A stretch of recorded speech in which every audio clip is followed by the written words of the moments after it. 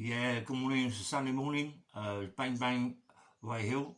How we going? You good? This little podcast. It will be a small podcast. I got a phone call last night about 1:30 in the morning. So it drove me mad. Guess who it was? Yeah, Fish. Fish. Oh, right, Ray, and all that. Hello, darling. And all that. He's so funny, mate. But anyway, he's apologised to this, that, and the other. He didn't need no apologies. We're pals, you know what I mean? It's one of the things that's said, one of the things that got out of hand, and it's like that, innit? He knows I'd fucking knock his spark out, so I don't know why he's going on about he's going to kill me, knock me out, but it's vice versa. Everybody knows that, even Fish, but still, that's life. Just about to say that he's going to come over, and we're going to do a little podcast, me and him ourselves. But it was late. Oh, fucking hell, mate, it's too late. You know, I'll get a bit early sometimes, you know what I mean? I go for a little run sometimes at night times, you know what I mean? When it's nice. And anyway, he's going to come over this morning. I was talking about a guy yesterday, yeah? I don't know if people remember this guy called Harry Starbuck, yeah? Good fighter, Harry. Come from South East London. I think he had, what was the name of the pub? He had, I think it was a Downham Tavern. I think he owned a Downham Tavern. But it was a good street fighter, fucking prize fighter, whatever he wanted to be, you know. And we all got into unlicensed boxing.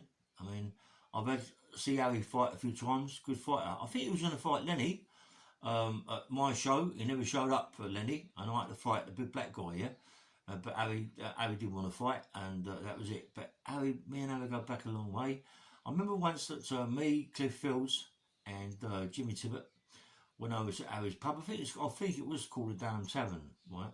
Went over there, me, Cleff, and Jimmy, and Cleff was okay then, you know. It wasn't like he was together, you know. And but he's a big man, Cleff. You know what I mean? When he walks in a pub, mate, you know that he knew that everybody was on his case. He was a big, powerful man, you know what I mean? Big hands, mate.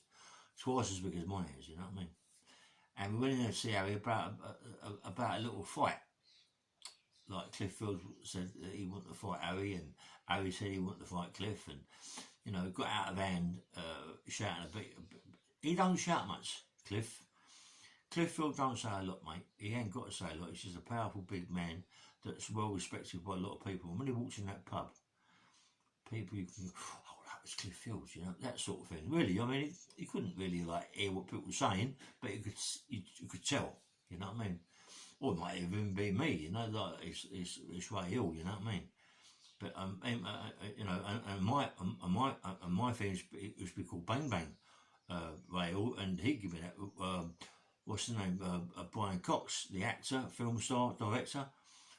Anybody know Brian Cox? He's well known, Brian Cox, mate. He gave me that name called Bang Bang, and he also gave me the record called For Cats. I used to walk down the ring, call for cats, call for cats, call for call for cats. And I used to go in there, mate, and I used to batter them. I used to fucking love it, you know what I mean? Love it, mate. It's a fight, isn't it? It's a fight. I mean, you can't die. Well, you can die. I mean, you can die. You can, you know, you might get a million fights and maybe 2 people fight. People die. Statistics are a lot better than this COVID poo. You know what I mean? And anyway, Harry was having a shout out with Cleff. Harry's the same, you know. Harry ain't got much to say really, and Harry can overfight. He's a big man. I mean, he used to. I think Downham Tavern. I think he used to do the old door. He used to do his door as well. You know what I mean? So, and he was a well-respected man. You know. I mean, there's Jimmy Tippett. I mean, fuck me. Come on. Everybody that was anybody in Lewisham, Blackheath and Catford, Deptford, Woolwich, all around there, yeah, knew who Jimmy Tippett was, mate. I mean, me and Jimmy go back a long ways, yeah, a long ways. A lot of enforcer work. We go back a long way. But Cleff, I mean, when we had Cleff was working with us, he used to knock at doors and bits and pieces. People used to see Cleff and just like collapsed, honestly. Collapse, you know. He wasn't a real smart Cleff, but he was a big, powerful fucking man, you know. Like, he walked very slow. He'd done everything slow. I mean, even if you see him in the ring, it was all slow, but all coordinated, you know. And I said, I would spar with Cleff quite a bit, yeah. Harry Starbuck, I didn't. I never sparred with Harry. I see him do a few rounds, you know, have a couple of fights. I did rate him as a fighter. Why Lenny never fought him, I don't know.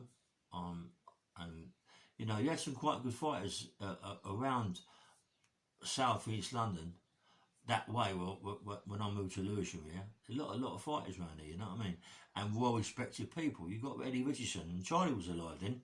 Charlie as well. You know what I mean? They're well-respected people, and you know, Eddie started the fighting with Terry Coombs, yeah, and everybody respected Eddie, and so Eddie had the Cat's Whiskers in Streatham, and we had quite a few fights in there. Also, he had Harvey's Social Club, Woolwich. You know, he had that as well.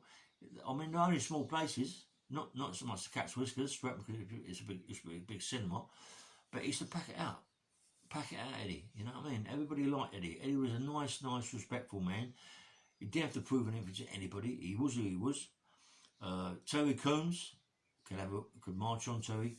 He was known as, he was a proper gangster, Terry, and an enforcer. Anybody know Terry Coombs? Terry Sharp. I mean, Terry Sharp's boy. He was also doing fighting. He was a good fighter, Terry Sharp's boy. And you know, and I liked Terry Sharp. Terry Sharp had a lot of respect for me. He never wanted to fight me, Terry. I mean, he knew that I was a lot better than what he was. I respect him. I'll tell you what, one day, you know, I was at the Beckett, you know, and I was training at the Beckett with Jim. And as I said, I had quite a few rounds with Roy Shaw. And I tell you what, held his own with Roy Shaw. Fucking Colombo. Steve Ritchie's his name was, yeah? He held his own with Colombo, with Roy Shaw. I'm telling you, don't worry about that, mate. Roy Shaw didn't have his own way with him, mate. And Colombo, he could take a dig. I've never seen Colombo really hurt.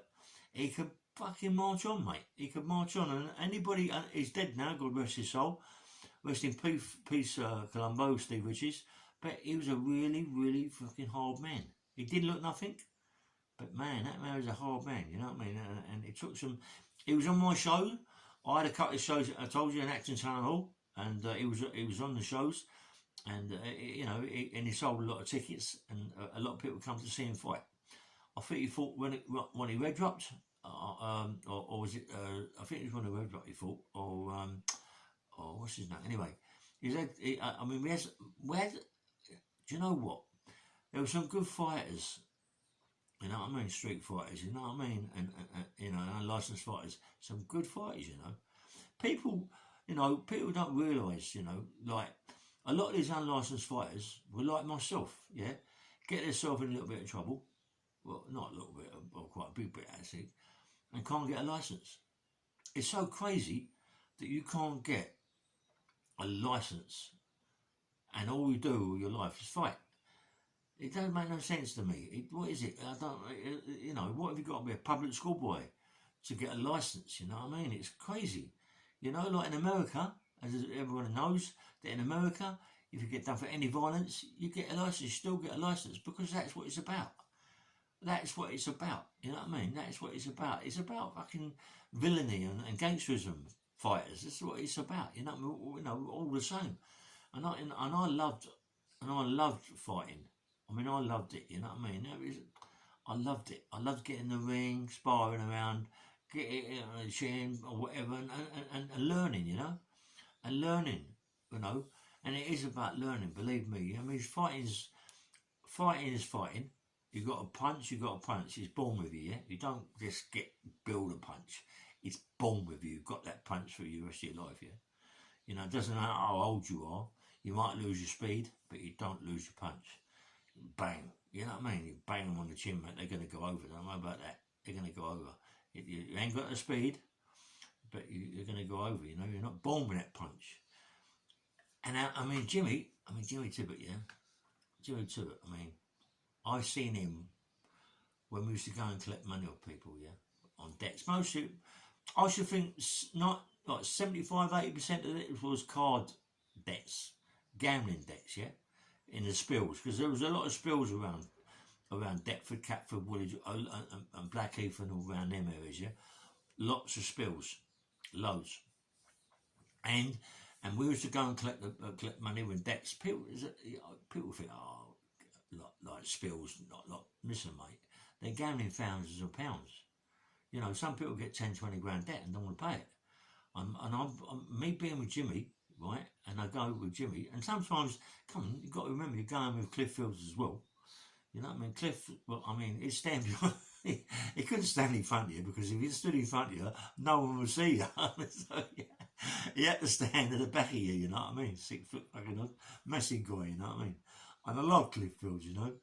And his son tried to get hold of me, wanted to know about his dad, you know? But let me tell you, if you're watching this, your dad was a proper man, mate. Your dad was a proper man, you know?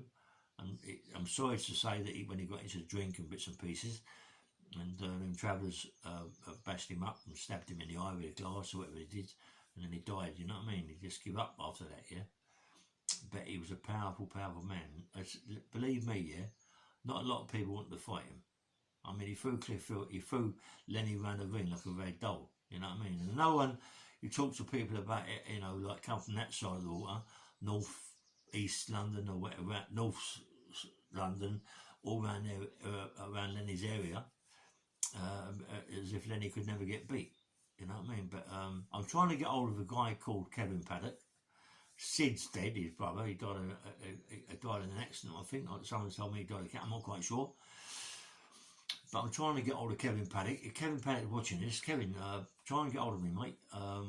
If you can, please. You know, do it through Facebook or whatever, mate. I'd like to do a podcast on you, just to let people know that you best Lenny up, yeah? People don't, I mean, like, respect to Lenny. Lenny's dead, mate. You know what I mean? I respect Lenny. And Lenny was a fighter. He was a big, powerful man. Yeah? Powerful man. And he hit you on the chin, mate. You'd go. It's like easy as that. He's a 22, 23 stone, mate. You can bang. He hits you on the chin, you're going to go. You know, and I respect Lenny. But you got to remember, when me and Lenny fought, mate, when me and Lenny was sparring and all that going, I didn't fancy it. He was about 17, 16, I'm 17 stone. So, I mean, blowing up to 23, 24 stone, it's a lot different. Come on. It's a lot different. And don't forget, I was also, I mean, you might have seen photographs of me on YouTube. But, you know, and I was big one time. I was 22, 23 stone myself, yeah? And big and powerful. We were all big, but no. Listen, if you get on the roids, right, Mickey Theo, look at Mickey Theo now. You know, I mean, it's the same thing. I mean, when he was training as a bodybuilder, big, powerful man, you know. But look at him now. He's about, what, 15 or 16 stone? You know, and you know, that's what happens. You know, once you get off them roids. And the only thing is with Mick, I've noticed he was on bone growth, yeah? I've noticed with his face, he's got like, you can see he was on bone growth by his face, his jaw, and all that, you know. But, you know, Mickey Theo, he trains a lot. He's very fit. Anybody that fights Mickey Theo, do you know what? I'm ashamed to say that I ain't fit. You know, I've got heart troubles and all these lung problems and all that. I ain't making excuses. If it was like 10 years later, you know, before I got on a fucking crack and shit 20 years later, I'd have bashed him up. You know what I mean? I'd have got in the ring and smashed Mickey Theo to pieces. There isn't no way in a million years he could have beat me, yeah? But now, of course he'd beat me now. You know what I mean? I've got no lungs. I've got no lungs, you know what I mean? If I could sort my lungs out, I'm 71, I'd get in the ring and fight him. Of course I would. Come on, it's a fucking fight, you know, it's a fight, but I ain't going to get in there mugging myself off, you know, I can't breathe, you know, and it hits me in the chest, oh, gone, you know what I mean, I ain't having that, no, I'm not mugging myself off, but, you know, but I've been told, listen, do you know the guy that said a lot about me and him had a bit of Barney, Matty Howard, yeah? Remember that, Matty Howard? Said this, that and the other, and I got on the podcast and I really had a go at him. And all that, he apologised, but listen to me, right? He knows Peter Fury, John Fury, and all that Fury lot, yeah? And he wants to fight Mickey Theo. He wants to fight Mickey Theo. He's gonna get printed paperwork and all this, that and the other, and put it over Mickey Theo's car front, his car wash, and all round where he's from. to say that he wants to fight Mickey Fell. And then, believe me, the sounds of it, he wants to fight Mickey Fell. He's getting himself really fit. You know, he goes down to pro gyms, he's training down there, you know, and he wants Mickey Fell. It's as easy as that, you know. I'm saying to him, look, mate, think about it. You know what I mean? You've got to get yourself really fit to fight Mickey Fell. You know, he's open to plenty of punches. He's open to plenty of right-handers. I mean, Christ, come on, mate. You know, but I don't know what he's like. I mean, he might wear headgear all the time because of the bone growth, smash his jaw to pieces if you hit him on the jaw. I don't really know, but I've seen him train, and I respect Mickey. He trains fucking hard, mate. If he runs 10 miles a day like he says he does, I can believe that he does. Maybe maybe he'd do 5. Done about 10, but he might do 5. And he's a fit man. He's in the gym every day, sparring, bag work, and that's what it's about, mate. You ain't getting nowhere unless you're on that fucking bag and you're sparring. Sparring's the best thing in the world. Sparring, you've got to be sparring. And as he's saying, he's got maybe 4, 6, 5 guys that spar with him. But if he has, they've got to tell him he's open to fucking good right-hander, mate. He's open to good right-hand and good left hook. So, Mick, if you're listening to this, mate, I hope you are. I respect you as a man, yeah? I respect you the way you train. I respect you for being so fit, yeah? But obviously, so there's someone out here, 57, that wants to fight you. Matty Howard, that's what he's telling everybody. I haven't spoke to him, but that's what he's telling everybody in my circle. I got to heard yesterday from Fish last night when Fish phoned me that saying that Matty Howard wants to fight you, Mickey. So obviously you've got to give him time. I mean, you just can't jump in the ring with you now, or whatever you want to do, a street fight or whatever you want to do. He ain't going to fight you now. Obviously he's going to want time to get yourself fit. You know, it surprised me. It surprised me that he wants to fight you, Mick. But he's quite confident. I know he can bang. I know he's got a good punch. I've seen him hit a few people on the chin and bowl them over. He can bang. So if he gets it together, you know, and you know, it'd be a good fight. It'd be a good fight. So as I said, he told me that Peter Fury and Johnny Fury put X amount of money up for him to fight you. Whether or not it's true, I don't know. But obviously, I make you feel, I know who you are, mate. I know Porky Pie. Good. He's got a good name, that Porky, isn't he? Porky Pie, liar. Sam Porky Pie. Porky Pie. Porky Pie. Why do you pick out Porky? Porky Pie, you liar. That's what it is. That's the old cockney thing, isn't it? Porky Pie, liar. Anyway, I like him. He knows what he's talking about. He likes his boxing. He loves his boxing, mate. He likes it. He was like me. I've been on the crack. I was on the crack for a long time. As in 90 fucking when I left the other people, I got on the crack and all that. And I think a lot of people have gone through that. White collar workers as well have gone through that experience. Doesn't make you a bad person as long as you can get off it. I've done 10 years IPP. I got off it from an IPP. Yeah, I've been out 9 years, so 19 years I've been off it. Yeah, so good luck. I don't take no drugs. I don't drink or nothing. So you know, that's me. Yeah. But as I say, Porky did say on there that he did take crack and whatever he took, and I respect you for that, mate. Big time, I respect you for that, saying that. Yeah, it takes a man to say them sort of things, especially the person that you are, the way you talk about people fighting and Mickey behind Mickey. Yeah, it's good. Well done, mate. I respect that. Yeah.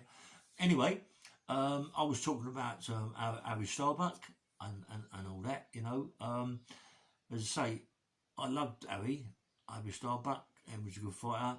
He never got to fight Cleff. I don't know. I don't think so. I never heard much because I moved on. I moved on from Lewisham. You know, I wasn't earning the money that I wanted to earn. I mean, come on, you start earning like you're having 2 fights a week. You might be lucky to earn 600 quid. You know what I mean? And you're spending more. But Jimmy was earning more than that. You know, but you know, and you know, and I wanted to earn money, so I started doing the old robberies again. And getting on crack and bits and pieces like that, and working with a proper company before that, you know, and you know, and I ruined my life. The money I had, they took from me, but obviously, so that is an experience, yeah. We go for that experience. You got to understand, yeah. People out there that are doing whatever you're doing, right? Do yourself a favour, mate. Make sure you get rid of your money, yeah? Make sure you put your money in the proper place. Because, mate, they will trace that. They will trace it back to back to back to back to back to back to back. And they just take it, mate. If they don't take it, they'll give you a big confiscation order. And if you don't pay it, you're going to get another fucking 7 or 8 years. That is how they win. That is how they win. And if you keep, anyway, I respect people out there who've got bundles of dough, yeah, and who've got it the right way. But, we all do wrong things. I've been silly in my life doing wrong things. IPP, 99 years sentence. 99 years. Will I last that long? I don't think so. But it's a 99-year sentence. Obviously, so when I've done 10 years of my IPP, I'm going to go up on a board, see if I can get it lifted. It'd be nice, keep out of trouble. And I don't want to get myself put back in them piss holes, yeah, over silly things. You know what I mean? It's crazy, mate. It's crazy to go back in there. Mad. IPP. Fish is an IPP. And there's me and him slagging each other down on the phone about we're going to punch his lights out. Punch my lights out, I'm going to punch his lights out. And more IPPs, you know what I mean? I mean, crazy. We get over a fucking recall.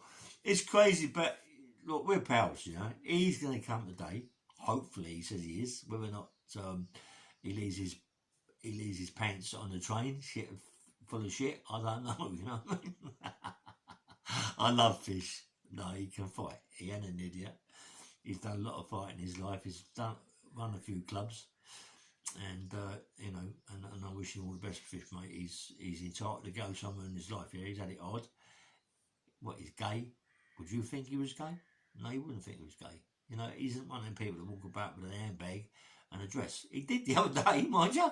I see him with an handbag and a kilt. So whether or not he's changing quickly, I don't know. Do you know what I mean? But he's a nice fella. He is a diamond, He is proper diamond. He knows a lot of people. A lot of people have got respect for him, Fish. And, a lot of people on this podcast have got a lot of respect for him, you know what I mean? You've got KON TV, my mate Christian. He loves Fish. He does love Fish, you know what I mean? He's always laughing and joking with Fish when he comes. You got the other one, what's his name? Marvin Herbert. Marvin likes Fish. Marvin knows Fish from old. Marvin knows Fish can have it because he's seen him in prison. Marvin swerved Fish, you know what I mean? He knows Fish can have a row. Marvin's no fool. You know what I mean? He's been shot 6 times and stabbed 99 times, he says. And he's got that much flesh in his body that ain't been stabbed, he says. So, fair play to him. Fair play to Marvin, if that's true. But, he's an old man. He's been shot 6 times. I must have shot him with a fucking catapult.